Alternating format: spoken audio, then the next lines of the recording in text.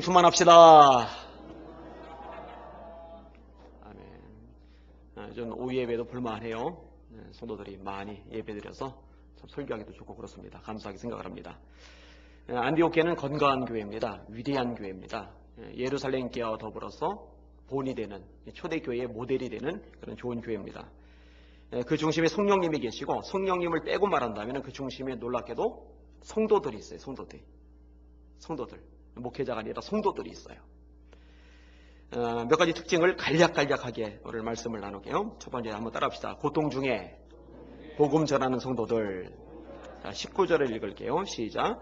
그때 스데반의 일로 일어난 혼란으로 말미암아 흩어진 자들이 베니게와 구브로와 안디옥까지 이르러 유대인에게만 말씀을 전하는데, 스데반이 전도하다가 돌에 맞아 죽었어요. 여러분, 돌에 맞아 죽었으니까 온몸이 만신창이가 되었겠죠. 그런데 이런 스데반의 죽음 이후에 혼란이 거세지면서 다 흩어지는 거예요. 사도들 빼고 흩어지는 거예요. 도망을 가는 거예요. 질문, 주택 마련하고 갔을까? 월세 전셋집 마련해 놓고 갔을까? 못하죠. 직장 준비해 놓고 갔을까? 못하죠. 먹고 살 길이 막막하고 살 집도 마땅치 않아요.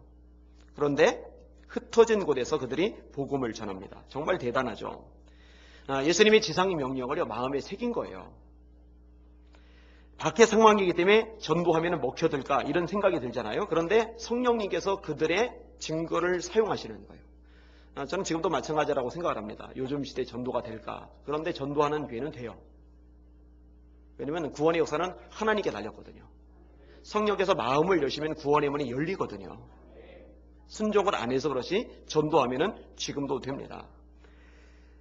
성시와 운동본부 상주시 쪽에서 열렸을 때 저하고 이제 손현보 목사님이 주강사였어요. 손현보 목사님이 대단하잖아요. 그러니까 시골 구청에 있는데 얼마나 전도가 많이 됐는지 작년에 1,004명을 세례를 줬으니까 어마어마해요.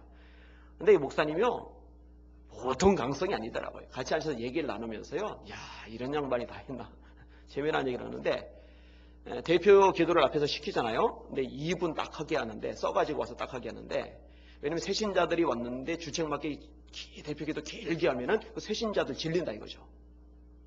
그래서 만약에 2분을 넘겨서 했다 그러면 그분은 5년간 대표 기도 뺍니다. 보통이 아니라 보통. 그러니 전도에 목숨을 걸었는데, 그래서 거기 장로님 한 분이 최신부 장관이가 굉장히 또 높은 분인데, 장로님 올해 전도 몇 명 했습니까? 3명 했습니다. 장로 그만두라고. 다른 교회를 가든지 전도를 제대로 하는지 둘 중에 하나라고 대놓고 그러더라고요. 아니 보통이 아니에요.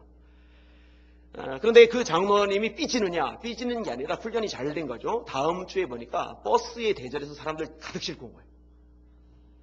어떻게 초대를 했는지 모르지만은 영향력, 돈 쓸 거 다 써가지고 단체로 막 데리고 와버린 거예요. 참 대단하다 싶었어요. 부활절까지 전도 시상을 할 건데, 처음으로 좀 크게 시상도 할 건데, 여러분 열심히 전도하는데 열심을 내주시길 바랍니다. 환난 당해서 집 없고 먹을 거 마땅치 않고 직장도 마땅치 않고 그래도 전도했던 게 초대교회거든요. 우리는 너무 편하거든요. 복음을 전하셔야 돼요. 자, 두 번째로 생각해 볼 것인데 따라합시다. 복음 전도의 영역을 확대하는 성도들. 자, 유대인들이 유대 사람들이 전도를 하는데 이 차원을 넘어가는 거예요. 20절과 21절을 볼게요. 시작. 그 중에 구브로와 구레네 몇 사람이 안디옥에 이르러 헬라인에게도 말하여 주 예수를 전파하니 주의 손이 그들과 함께 하심에 수많은 사람들이 믿고 죽게 더하더라. 유대인들이 처음 전도할 때는 유대인들에게만 전도를 했어요. 그 한계를 못 벗어났어요. 우리끼리 이런 개념이 강하니까. 사실은 베드로도 그랬죠. 성령께서 베드로에게 환상을 보여주시고 또 음성을 들려주시고 그렇게 안 했다면 이방인 고넬료의 집에 안 갔을 거예요. 근데 환상을 보고 음성도 듣고 그러던 찰나에 고넬료가 보낸 사람들 와서 얘기를 들으니까 이제 거기까지 가서도 한다는 말이 뭔지 아세요? 이렇게 말을 합니다.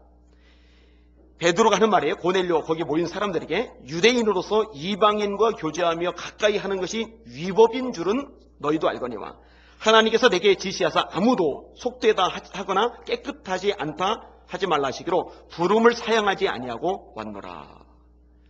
이방인들 만나서 니들에게 전도하는 거 이거 불법 위법인데 하나님이 가라 하셔서 내가 왔어. 그렇게 얘기를 끄집어내는 거예요. 그러니까 이런 개념이 사도에게도 있었으니까 성도들을 오죽하겠어요. 그런데 이 성도들 중에 일부가 유대인만이 아니라 이방 사람들에게 헬라 말로 전도를 하기 시작한 거예요. 우리 주님이 역사하시니까 그들이 예수 믿고 구원받는 일들이 나타나기 시작을 하는 거예요. 여러분 대단하지 않아요? 도망자 주제에, 집도 없고 직장도 없고 먹고 살기로 막막한 주제에 자기 동족을 넘어서 이방 민족에까지 선교, 전도를 하고 있어요. 아까 우리 김 장로님 얘기하는 거 들으면서 감동이 된 것 중에 하나가 선교사님이잖아요. 이영은 선교사님. 그 교회가 도움을 받아야 될 상황인데 그 교회가 또 다른 소수민족을 선교를 하고 학교 찾아서 장학금 전달을 하고 뒤에서 화면으로 보고 얘기를 들으면서 도전이 좀 많이 됐어요. 여러분 이 안디옥 교회요. 성도들 중심으로 이게 벌어진 거예요. 이게. 사실 우리가 지난주 당회 때 하나 중요한 걸 통과를 시켰어요. 뭐냐면은 정확히 만들자.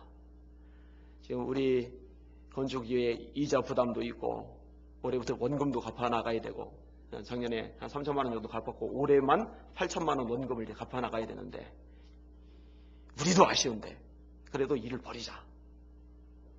좋은 제안이 나왔고 제가 들어보니까 너무 마음에 들어서 그럼 하자. 그래서 이제 조금씩이라도 이렇게 모아지면은 중학교, 고등학교 때부터는 우리가 지원할 수 있을까. 대학생 지원하려면 비용이 많이 드니까 어렵지만은 이제 모아서 나중에는 대학생들도 지원하고. 그래서 인재들, 학생들, 공부 잘하는데 돈 없는 아이들, 또는 여건이 안 돼서 하기 힘든 아이들, 이런 아이들 도와주는 일을 하면 좋겠다 생각이 들어요. 노숙자 대상으로 사역하는 분들 있죠. 외국인 노동자 대상으로 전도와 설교하는 거 이것도 필요해요. 여러분 이 교회 주변에도요. 조금만 더 가면은요. 외국인 노동자들 많습니다. 조선족들 셌어요. 이게 전략적으로 우리가 접근해 들어갈 필요가 있어요. 탈북자들 돕고 선근있는 일 이것도 우리 교회가 해야 돼요. 여러분 통일이 되면은요. 북한에 가서 교회를 세우고 목회를 해야 될 텐데요. 우리 남한 사람들이 가는 것보다 북한 사람들 중에 훈련된 그들이 들어가 선교하는 게 훨씬 낫습니다. 100배 낫습니다. 왜냐하면 남한 사람들에서는 거부감을 느낄 수 있는 사람들이 정작 자기와 함께 같은 위치에 있던 사람들이 들어가서 복음을 전하면 마음을 열 수가 있거든요. 그래서 이 탈북자들이 신학을 공부하고 싶다 그러면 그런 장학금도 좀 대주고. 그리고 우리도 이제 베트남 같은 지역에 어려운 지역 같은데 아까 얘기 들어보니까 3천만 원이면 단층으로 하나 지어준다는데 우리도 여건이 되면 그렇게 교회도 좀 세우고. 그래서 나라별로 지역별로 1교회, 2교회, 3교회에서 세우고. 할렐루야. 이 성도들이 중심이 돼서 이렇게 되면 좋겠어요. 할렐루야. 안디옥교는 핍박받아서 흩어진 자들이 이런 일들을 해나갔는데. 세 번째로 따라합시다. 목회자의 지도에 순종하는 성도들. 자, 22절부터 26절까지 읽겠습니다. 시작. 예루살렘 교회가 이 사람들의 소문을 듣고 바나바를 안디옥까지 보내니 그가 이르러 하나님의 은혜를 보고 기뻐하여 모든 사람에게 굳건한 마음으로 주와 함께 머물러 있으라 권하니 바나바는 착한 사람이요 성령과 믿음이 충만한 사람이라. 이에 큰 무리가 주께 더하여지더라. 바나바가 사울을 찾으러 다소에 가서 만남에 안디옥에 데리고 와서 둘이 교회에 1년간 모여있어 큰 무리를 가르쳤고 제자들이 안디옥에서 비로소 그리스도인이라 일컬음을 받게 되었더라. 아멘. 자, 예루살렘 교회가 이 안디옥 지역에 구원받는 사람이 많아졌다는 소문을 듣고서 사도를 파송을 했어요. 누굴 파송했느냐? 바나바를 파송을 했어요. 이 바나바를 중심으로 하나님의 말씀이 가르쳐주고 안디옥 교회는 든든히 서갑니다. 큰 무리가 주께 더하여지더라 이렇게 말씀을 하고 있죠. 여러분 성도들이 중심이 돼서 교회가 성장을 했어요. 그러면 성도들이 알아서 교회를 유지해 가면 되겠네. 근데 성경의 원리는 그렇지 않죠. 사도들이 보내주고 사도들이 말씀을 체계적으로 가르치죠. 여러분 가끔 이상한 교회 이야기를 듣게 돼요. 어떤 교회냐면 목회자 없이 자기들끼리 운영하는 교회. 그러면서 개혁적인 교회래요. 그게 무슨 개혁인지 모르겠어요. 목회자가 없으니 사람이 안 나가고 목회자가 없으니까 목회자와 당회원 간의 힘겨루기도 없고 그러니까 굉장히 모델이 되는 좋은 교회다. 우리가 이름만 대면 알만한 사람, 정부 고위직 지낸 사람, 그런 사람이 돌아가면서 설교를 하고 제가 대놓고 얘기합니다. 정신 차려야 돼요. 정신 차려야 돼요.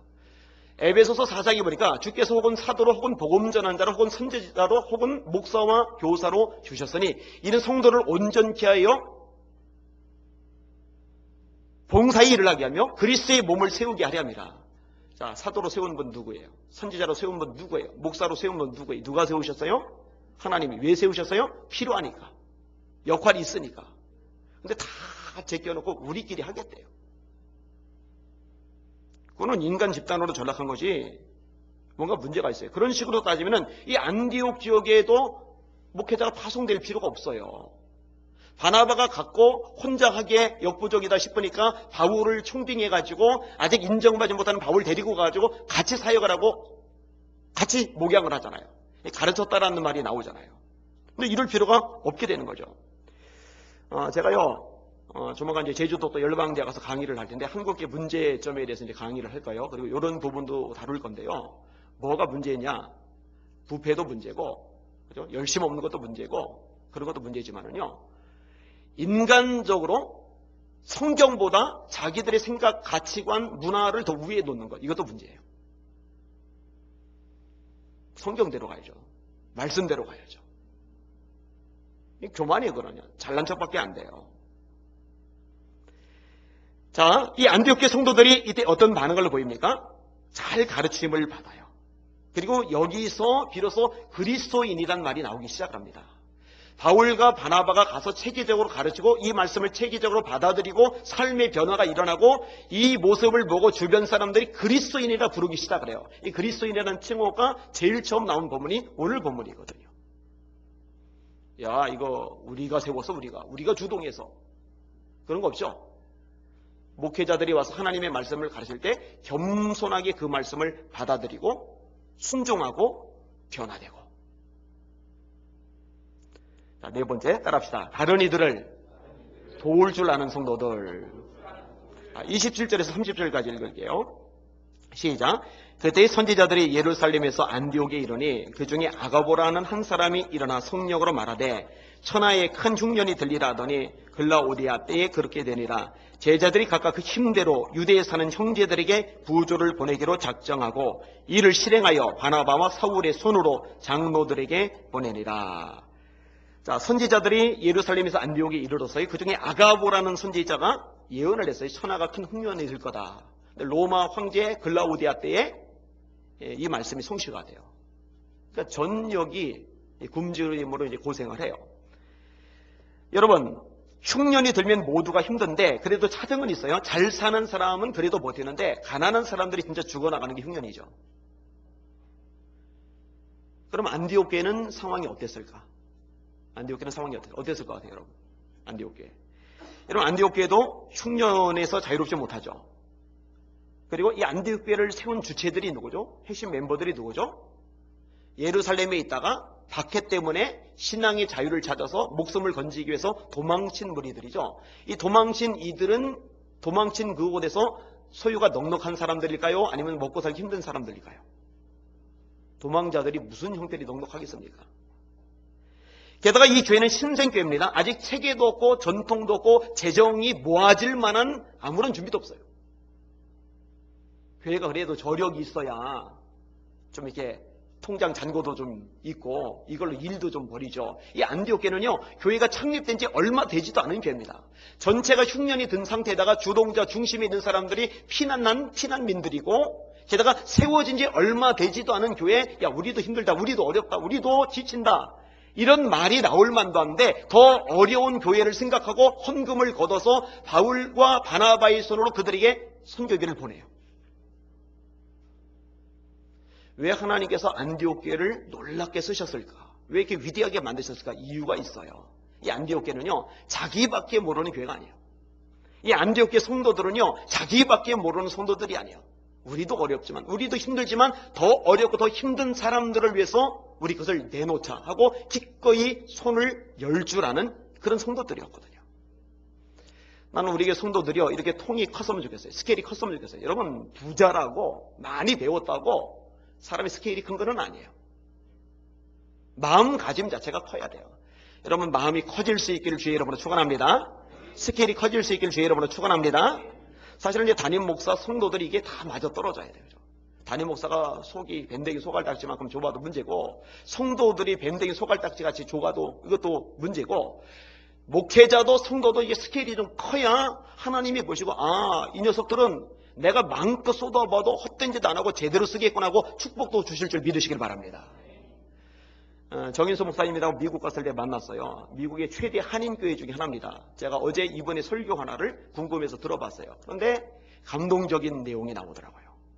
그 교회가 뭘 잘하느냐? 선교를 잘해요. 초창기 때부터 선교에 올인을 해요. 그분 고백이에요. 하나님께서 기뻐하시는 일을 하니까 어렵고 힘든 중에도 힘에 넘치도록 그 일을 하니까 하나님께서 축복해 주시더라. 성도들도 복을 받고 교회도 복을 받고 목사님도 복을 받고. 할렐루야. 지금 우리 교단 총회장이신 조일래 목사님, 그분이 이제 주소원 책상 하나 놓고서 강대상 삼아서 설교를 했대잖아요. 근데 그분도 선교에 목숨을 건 목사님이고 성도들도 거기에 참 잘 따랐던 성도들이에요.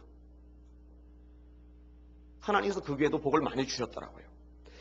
저는 우리 교회도 그렇게 되면 좋겠어요. 여러분, 자기 위해서는요, 몇십만 원, 몇백만 원도 팍팍 카드로 긁으면서 선교, 그리고 어려운 사람 돕는 거, 이거는 몇만 원, 몇십만 원 벌벌 떠는 사람이라면 그 속에 하나님의 사랑이 있다고 누가 믿을 수 있겠어요? 이 세상 재물을 가지고 형제의 궁핍함을 보고도 도와줄 마음을 막으면 어찌 그 속에 하나님의 사랑이 거할까 보냐. 이게 요한일서 3장 17절이고 18절에 자녀들아 우리가 말과 혀로만 사랑하지 말고 오직 행함과 진실함으로 하자. 제가 오전에도 이 부분은 나눴어요. 좀 겹쳐지는 부분이 이래요. 여러분 돈은 어디다 쓰세요? 어디다 쓰세요? 자식 위해서 잘 쓰죠. 자기 위해서 잘 쓰죠. 먹는 거 위해서 잘 쓰죠. 근데 가만히 보면은요, 스타벅스가 미국인지 스타벅스만 얘기 나오는데 사실 아는 게 별로, 아니, 카페베네. 밑에 카페베네. 카페베네에서 내가 마시는 커피값만큼도 선교비를 안 해요, 사실은요. 내가 휴대전화는 인터넷 검색하는 스마트폰 비용만큼도 선교를 안 해요. 그리고 주님 사랑해요. 주님이 말하지 마. 이러실 것 같아요. 이 세상 재물을 가지고 형제의 궁핍함을 보고도 도와줄 마음을 막으면 어찌 그 속에 하나님의 사랑이 있냐? 성경의 말씀이거든요. 이런 얘기 부담되죠. 그런데 들으셔야 돼요. 왜냐하면 하나님의 말씀대로 신앙생활을 해야 되거든요. 안디옥 교회 보세요. 흉년 들었어요. 도망자들이에요. 그리고 세워진 지 얼마 되지도 않은 교회예요. 그런데 빡빡 긁어서 보내는 거예요. 난 우리 교회가 그렇게 될 수 있기를 원해요. 할렐루야. 해외 지교회 많이 세웁시다. 해외 선교사를 많이 보냅시다. 이 땅 구석구석에 가난하고 지치고 소외당하고 벌거벗은 사람들에게 손 내밀고 쏟아붓는 예수 비전교회 되십시다. 하나님께서 역사하시고 축복해 주실 줄 믿습니다. 인정을 받아야 돼요. 인정을. 아멘. 시간이